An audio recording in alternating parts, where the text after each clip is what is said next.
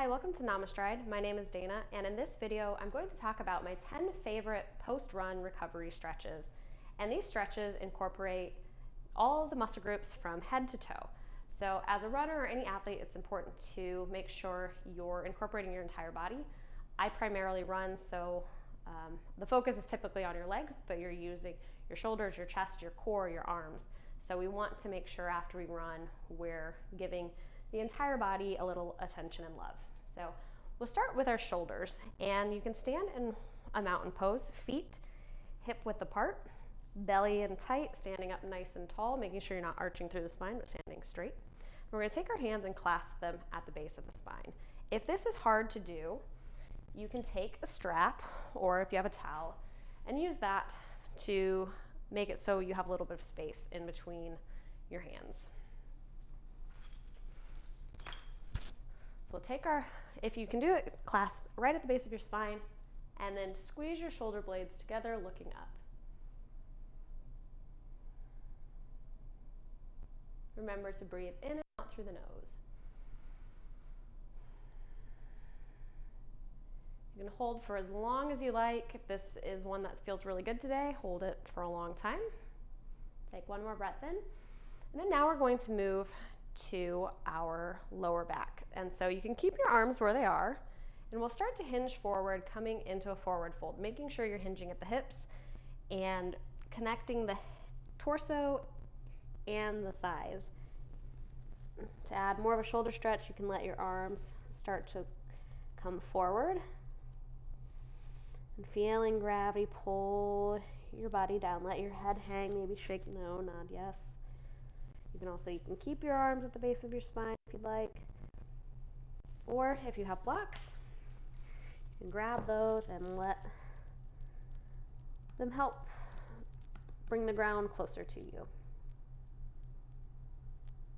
Again, you can hold for as long or as little as you like, and as you hold, you may notice that your hamstrings warm up. I like this because it also incorporates a little bit of hamstring stretch. And then we're going to come towards the ground. And it's important to make sure you're properly cooled down before getting to the ground. We don't want our blood to pool, but we'll come down to a tabletop. This can continue working our lower back, but also focus on the upper back. So we'll do what's called a cat-cow. So bringing your wrists right underneath your shoulders, make sure that you have a stable base, you're not hyperextending, knees underneath the hips. And we'll inhale, looking forward, letting the belly come towards the ground. And then arching through, feeling a stretch in the upper and lower back and the shoulders.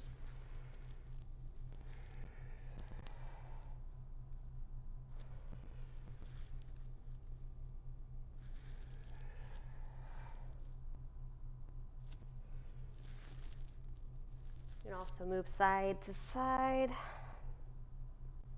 adding in a hip stretch. Take a few more movements here. And then come back to neutral. Now we're going to work on our shins and our calves and our feet. So staying in this, and if your wrists start to get tired, you can use the blocks so you're not having all the weight on your wrist, or make fists. We'll take our left leg and bring it back, spreading the toes, and as you press back towards your heel, you'll feel a stretch through your back leg, really in the calves, in the back of the foot, and in the bottom of the feet. Breathing in and out, and then moving forward. Feeling underneath the toes, feeling a little bit in your shins. Slowly rocking back and forth.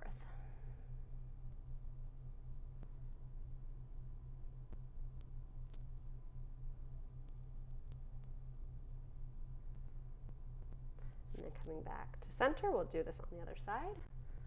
You may notice one side is tighter than the other. My right side feels quite tight today, so I'm not going to press back as far.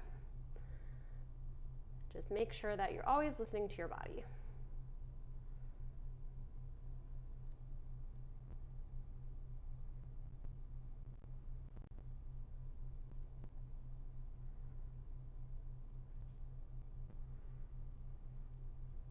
We'll come back to tabletop, and now we're going to move into a hip stretch.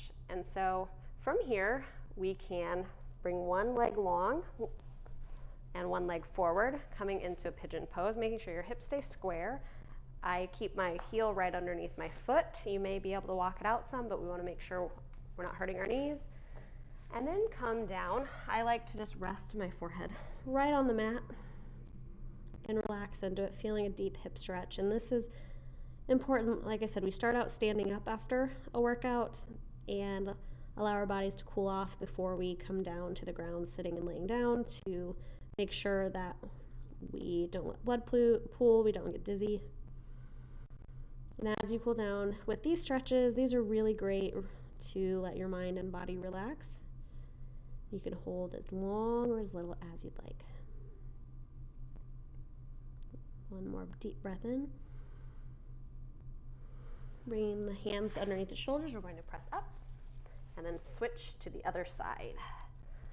And again, you may feel tighter on one side versus the other. I am, for my hips, much tighter on the left side, so it's a little more challenging.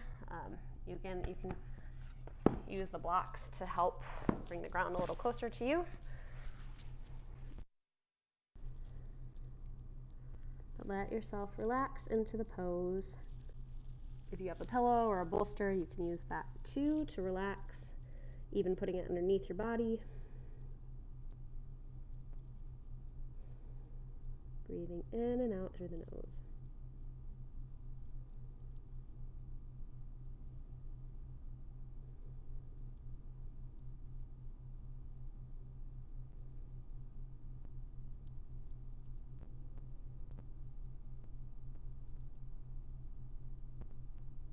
Take one more breath in.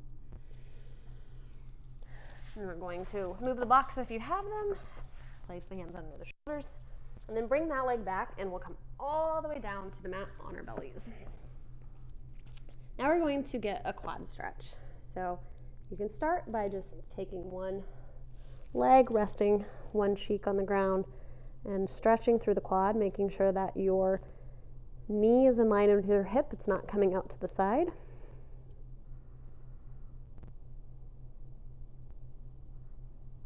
And then releasing, switching to the other cheek, grabbing the other foot.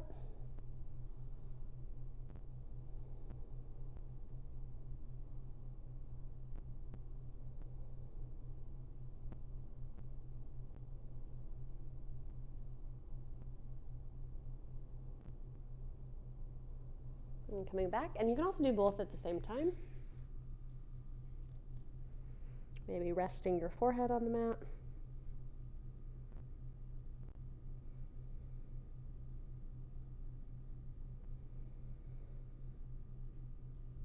And flex and point your toes.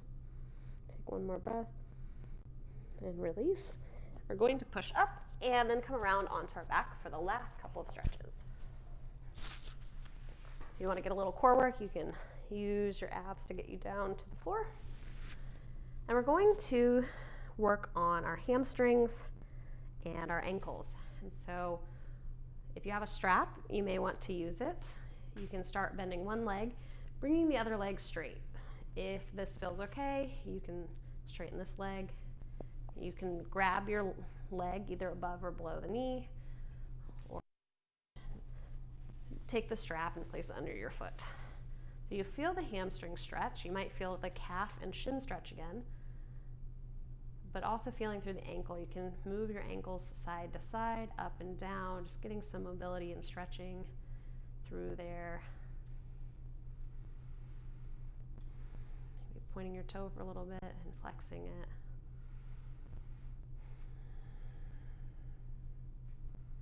I find when I do stretches like this, I realize how little muscle groups are used that I don't realize I'm using, like the sides of my ankles, bottoms of my feet. Bend your leg and switch to the other side using whatever variation you prefer.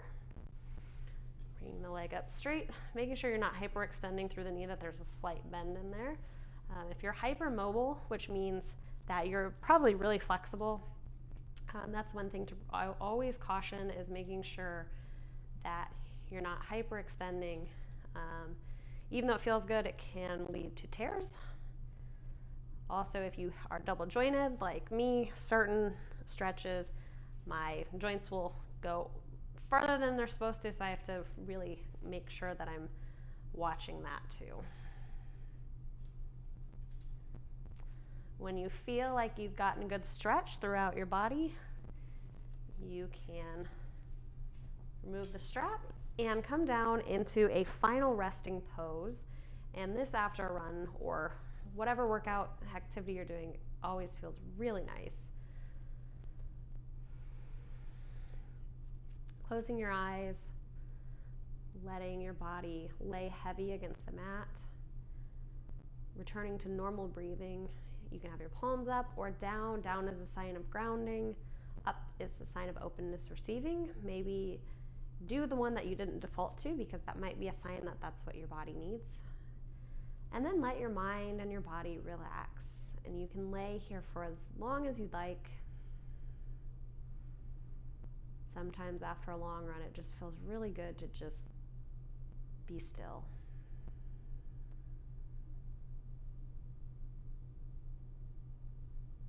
Take one more breath in. If you want to pause, you can. For the rest of us, we'll start to bring movement back into the space, starting with small movements, wiggling our fingers and our toes, circling our wrists and our ankles, bringing movement back in, and then rolling over onto the side of your choice, resting your head in the crook of your arm, letting your energy shift, taking a couple deep breaths, waking back up, and then eventually making yourself up towards a seat, the seat of your choice. Sitting up nice and tall, you can keep your eyes closed if you'd like. We'll take a few cleansing breaths. So this is another thing I really like to do after a workout is breathe in through my nose and sigh it out through the mouth. So we'll do 3 of those, starting in through the nose and sighing out. And in through the nose and sighing out. And in through the nose and sighing out. Thank you all for watching. I hope you have a great rest of your day. Namaste.